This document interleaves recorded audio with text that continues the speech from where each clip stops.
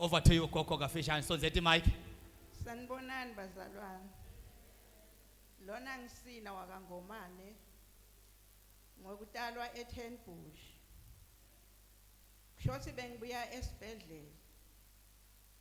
Ngatholana nengoti yemoto.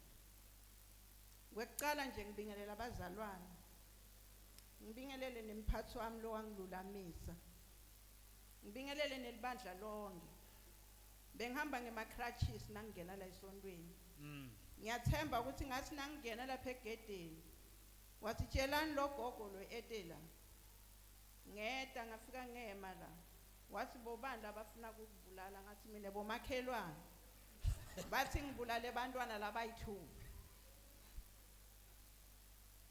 Angikwati mina bengihlalele eDrikopisi kaBabelikhele mfundisi bambita ukuthi ngifake nomfati wakhe. So ngamuka ngayohlala ekhaya ngaphinze ngabuya futhi la esontweni.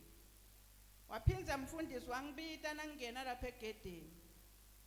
Wangibuta ukuthi bengiyowendani eMsarjoni. Sengikhohliwe ukuthi ngaye eMsarjoni. Angisati lutho. Bazalwane tiyendeka tinto uphume ekhaya ngekuhlupheka nokuba ungaphili kahle ebantu bakucwaya uyakubona bese Nyalo awusahambi ngetinduku Koko.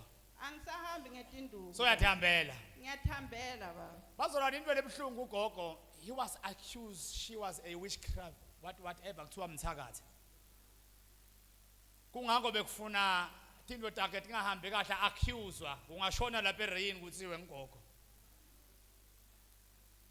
Ya kane vele nalekhala ingconyo yaso yabukeka.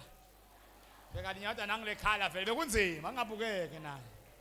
Ungasukuthi so samdeliver ke nyalo so yakhona kuhamba bokumamakhelwane manje abasakhuluma lutho.